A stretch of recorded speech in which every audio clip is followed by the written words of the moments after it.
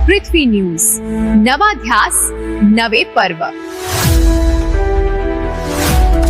क्रांतिसिंह नाना पाटील यांच्या शौर्यगाथेचा इतिहास मोठ्या पडद्यावर।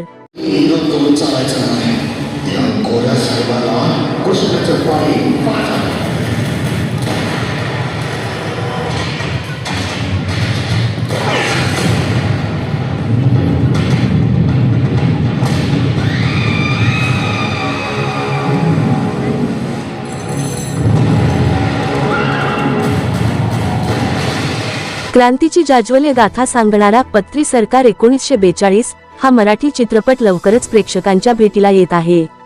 नुकत्याच प्रदर्शित झालेल्या पहिल्या ट्रेजरने चित्रपटाची उत्सुकता अधिकच वाढवली आहे। 1942च्या भारत छोडो आंदोलनाच्या पार्श्वभूमीवर क्रांतिसिंह नाना पाटील यांनी सातारा परिसरात ब्रिटिश सत्तेला थेट आव्हान देत पत्री सरकारची स्थापना केली। त्यांच्या नेतृत्वाखाली हजारो क्रांतिकारकांनी इंग्रज राजवट, जुलमी सावकारशाही आणि अन्यायाविरोधात संघर्ष उभारला। क्रांती अग्रणी जी.डी. लाड, क्रांतीवीर नागनाथ नायकवडी यांच्यासह अनेक अज्ञात स्वातंत्र्य सैनिकांच्या शौर्यगाथा या चित्रपटातून मोठ्या पडद्यावर पाहायला मिळणार आहेत। पत्री सरकारच्या कार्याची दखल थेट लंडनच्या संसदेत घेतली गेली होती। हा इतिहासही चित्रपटातून उलगडणार आहे।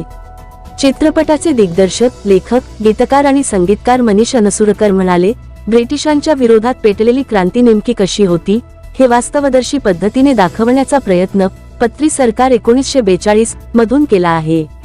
भागीरथी मोशन पिक्चर च्या बॅनरखाली विशाल गोविंदराव जाधव यांनी या चित्रपटाची निर्मिती केली आहे।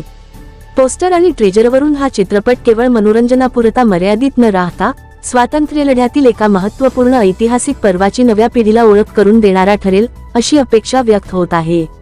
अशाच ताज्या बातम्यांसाठी आजच आमच्या चॅनलला लाईक, शेअर आणि सबस्क्राईब करायला विसरू नका। सागर दंडवते, पृथ्वी न्यूज, कराड। पहिल्यांदा म्हणजे नानांच्या बद्दल मला खूप माहिती होती।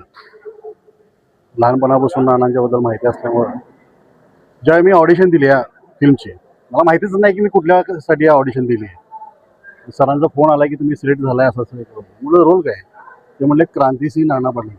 अरे बाप रे, मग मला ते शॉक बसलं। मग मला पहिल्यांदा कळालं की आयुष्यात पहिल्यांदा की मी नानांसारखा दिसतोय।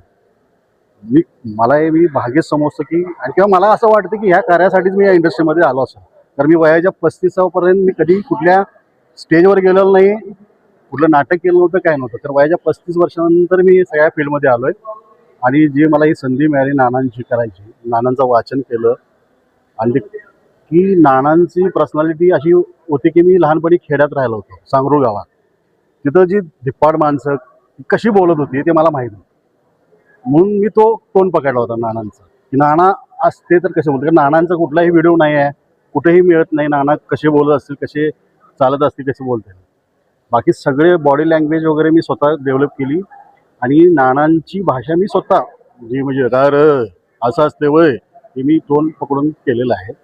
तर लोकांनाही तो नक्कीच आवडेल। पत्री सरकार या चित्रपटाचा टीजर आज लॉन्च झालेला आहे। आज आदरणीय क्रांतिसिंह नाना पाटील यांची जयंती आहे आणि 3 ऑगस्ट या दिवशी या चित्रपटाचा टीजर अनावरण होतो आहे।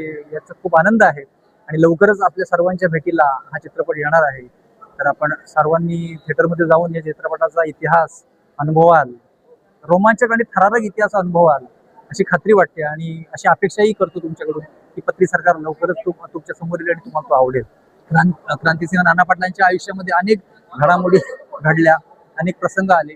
पत्री सरकार या चित्रपटामध्ये आपण फक्त नाना पाटलांचं चरित्र नाही तर त्यांच्या अनुषंगाने येणाऱ्या पत्री सरकारशी संबंधित अनेक घटना आपण त्याच्यामध्ये टाकलेल्या आहेत आणि अनेक घटनांची सरमिसळ, अनेक भावनांची सरमिसळ, अनेक रोमांचक आणि थरारक प्रसंग सुद्धा आपण याच्यामध्ये येण्याचा प्रयत्न केला। प्रेक्षकांना आवाहन असं करेल की ह्या निमित्तानं आपल्याला आदरणीय क्रांतिसिंह नाना पाटलांचा आणि त्यांनी स्थापन केलेल्या पत्री सरकारचा ज्वलंत इतिहास अनुभवायला मिळेल आणि समजून घ्यायला मिळेल। इतिहासामध्ये 5-6 इतिहासाच्या पुस्तकांमध्ये किंवा इतिहासाच्या पाठ्यपुस्तकांमध्ये 5-6 ओळीत संपणारा जो इतिहास आहे तो प्रत्यक्षात किती मोठा आहे, किती थरारक आहे याची जाणीव तुम्हाला हा चित्रपट बघताना जरूर येईल।